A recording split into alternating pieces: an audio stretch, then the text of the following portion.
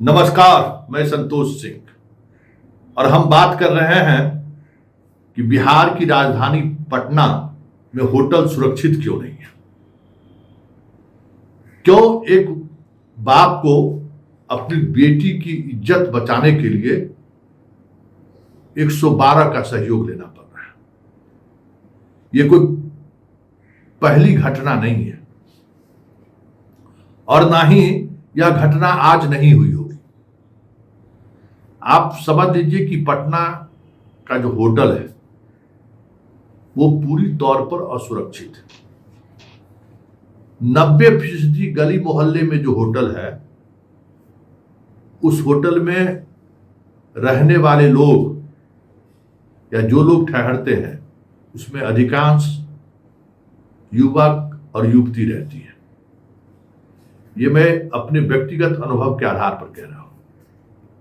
मैंने इस पर कई बार स्टोरी बनाने की कोशिश भी की है, लेकिन आप जानकर हैरान रह जाएंगे कि जो 8-10 बड़े होटल हैं उसको छोड़ दीजिए, जितने मोहल्ले में होटल है खुला है, जिसके बिल्डिंग में होटल खुला हुआ है, वो या तो आईएएस है या आईपीएस है। गौर कर लीजिए, 90% इस तरीके का कारोबार में पुलिस का सीधा इन्वॉल्वमेंट है, पुलिस के सीनियर अधिकारी का। बिहार सरकार का जितना अधिकारी है उस सब लोगों का ही होटल है, किसी न किसी रूप में इन्वेस्टमेंट है उसका। कम से कम 2006-07 से हम पटना में रह रहे हैं, उस दौर में नहीं, बाद के दिनों में बिहार पटना राजधानी के कम से कम 40 होटल का मेरा एक्सपीरियंस यही है कि 40 में 32 होटल एकदम लिखे हुए हैं, किसी न किसी ब्यूरोक्रेट का है। और उन होटलों में आना जाना, अब कोई पत्रकार मित्र आ रहा है, चुनाव के समय में कुछ है, आजकल ओयो से लोग बुक करता है, हर मोहल्ला में चले जाइए और कोई काम नहीं, वहां वही काम होता है। और वहां पुलिस को मंथली जाता है, पुलिस को दे के जो करता हो, सबका मालिक का ब्लैक मनी वहां इन्वेस्ट है। एक भी मालिक होटल देखने नहीं आता है। किसी भी होटल में आप चले जाइए, जो गांव मोहल्ले में जो होटल है, उस होटल में चले जाइए, किसी में सीसीटीवी काम नहीं करता है, किसी में काम नहीं करता है। और वहां दिन भर यही काम होता है। 1 घंटा के लिए 2 घंटा के लिए रूम बुक कराइए, 1000 रुपया दीजिए। जितना मैनेजर सब है, ये मैनेजर सब इसी काम के लिए वहां मैनेजरी करता है। मालिक को क्या पता है कि वहां क्या हो रहा है। और जब पुलिस का मामला फंसता है तो भाई पता चला कोनो डीआईजी साहब का होटल से रिश्ता है, कोनो आईएएस का रिश्ता है, कोनो बिहार एगो तो एग्रीकल्चर विभाग का एगो अधिकारी रिटायर हुआ है। क्या बता, ये जो आपको फ्लाईओवर है, जो आप जाते हैं पुलिस मुख्यालय के सामने हम चढ़ते हैं, सीधे उतरते हैं, उसी बीच में है, बहुत बढ़िया होटल है। और कृषि विभाग का पदाधिकारी रहा हुआ। वहाँ एक शादी के सिलसिला में हम वहीं गए, वहाँ संजोग से हम एक रात ठहरे भी। उस होटल का जो रवैया हम देखे, उस पर हमको कुछ लगा, तो घेराबंदी हम शुरू किए। तो पता चला कि कृषि सेवा से आईएएस बना था और उसी का वो होटल है। अंत में उसको आना पड़ा। इस तरीके की घटनाएं घटती हैं। उस तरीके के होटल में आप सोना का जेवर वर पहन के जाइएगा, आप सुरक्षित नहीं है। ये तो बेगूसराय हम जाकू भी होटल देखे हैं। इतना अंदर गली में रहने की जरूरत क्या है? क्यों जाएंगे हम उतना अनजान जगह में? पहली बार हम बेगूसराय से आए हैं, उतना अंदर कहे जाएंगे रहने के लिए भाई? हम तो देख के हैरान रह गए कि वो आदमी पहुंच कैसे गया वहां रहने के लिए।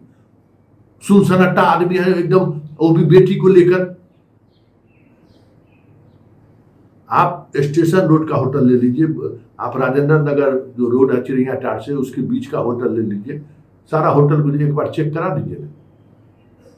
हाँ, घटना घटी ना था, आप प्रोटोकॉल देख रहा है, सीसीटीवी गुम था तो ये नहीं था। अरे किसी में सीसीटीवी काम नहीं करता है। सीसीटीवी काम करे तो धंधे बंद हो जाएगा। आज होटल पटना में होटल कारोबारी का एक बात धंधा है, 1 घंटा 2 घंटा के लिए होटल देगा लड़का लड़की को, 1000-1500 रुपया लेगा। सारे होटल में ये कहानी हो रहा है, जो बड़े छोटे छोटे होटल है। सच कहिए तो उसी के सहारे चल रहा है, वहां वही यही चीज होता ही है। इसलिए पटना कह सकते हैं कि एकदम होटल इंडस्ट्री को लेकर, आप होटल में ठहरने आ रहे हैं तो सुरक्षित नहीं है, एकदम सावधानी बरतने की जरूरत है। आपको हम एक कहानी सुनाते हैं, कहानी नहीं एक सच्ची घटना सुनाते हैं। एक दिल्ली से हमारे पुराने मित्र का कोई परिचित था, उनकी बेटी डॉक्टर थी, पटना में डॉक्टर का कॉन्फ्रेंस था। वो बोले कि कोई अच्छा सुरक्षित होटल पटना, अब दिल्ली के लिए पटना आना समझते हैं कि किस तरीके का होता है। अब ज्यादा नहीं, 2-3 साल पहले की हम बात कर रहे हैं। होटल में हम ठहरा दिए, वो अपना बुक कराई हुई थी, तो जाके हम अपने देखे, और उस होटल के उस कमरा में कैमरा लगा हुआ था। तो लोग बाहर रही थी, घुसते ही पता नहीं कौन सी लगाई हुई थी नहीं लगाई थी, उसका मतलब कुछ मोबाइल पर मैसेज आना शुरू हो गया। तो कहा कि देखिए भैया, इसमें लगता है कि कैमरा लगा हुआ है। उसके मैनेजर को हम बुलाए।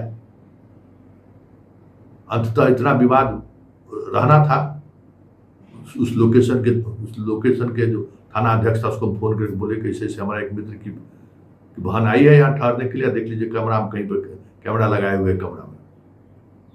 तो वॉशरूम में पता चला कि कैमरा लगाया हुआ, क्या कीजिए। ये स्थिति है। और पटना सबसे ज्यादा सुरक्षित नहीं है कि इसमें अधिकांश ब्यूरोक्रेट का पैसा लगा हुआ है। इसलिए एसपी, डीआईजी, आईजी जो है सो होटल वाले पर कार्रवाई करने से बचता है। हॉस्टल वाले का भी यही स्थिति है, नेताओं से रिश्ता है या नहीं तो ब्यूरोक्रेट से रिश्ता है, इन्वेस्टमेंट है, एक बड़ा इंडस्ट्री यहां काम कर रहा है इस तरीके का। इसलिए बेगूसराय की घटना से बिहार के तमाम अभिभावकों को सीख लेना चाहिए कि पटना जब आइए तो सुरक्षित जगह पर, जहां जो भीड़ भाड़ वाले इलाके में होटल है वहां रहिए। ये गली कुचे में जाकर नहीं रहिए। उर्वरपुर वाला उस होटल को देख के तुम दंग रह गए। हालांकि पॉलिटेक्निक की परीक्षा उधरे था, तब तो उधर रखना जरूरी था, लेकिन उतनी गली में जाके होटल में रहना हमको लगा कि भाई बड़े मुश्किल है। वहां उस होटल में और अगल बगल के लोगों से बात की तो वहां कुछ और होता ही नहीं है, यही होता है। बाप बेटी भी गया, समझ गया होगा वही कि भाई यहाँ भी यही, क्या करिएगा, नजरिया का फर्क, यही नजरिया लोगों का हो गया।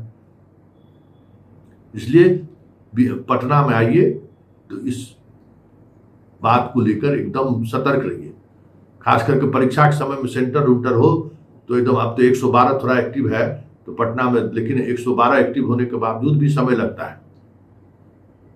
इसलिए सावधान रहिए, सतर्क रहिए, अपनी सुरक्षा का खुद ख्याल रखिए, नहीं तो राजधानी कहीं से भी दूर दूर तक सुरक्षित नहीं है। इसलिए नहीं कि खेल होता है, इसलिए कि किसी न किसी रूप में ब्यूरोक्रेट का इन्वेस्टमेंट है। आप कार्रवाई ज़्यादा कुछ नहीं कर सकते हैं, हला हंगामा ज़्यादा करिएगा तो पुलिस के माध्यम से आप ही को चपेटा में ले लेगा। देखिए ना, होटल का हो रहा ना, 4 गो इन्वेस्टमेंट किए हुए हैं। कौन है पटना में? कोई बिजनेस रोजगार वाला आदमी खोला है क्या? जितना शहर का जितना डॉन है ना, उसी का इन्वेस्टमेंट है, नेता का है, ब्यूरोक्रेट का है। यहाँ कोई समान तौर पर अच्छे आदमी होटल कारोबार में नहीं है पटना में, सब वैसा ही लोग सब है।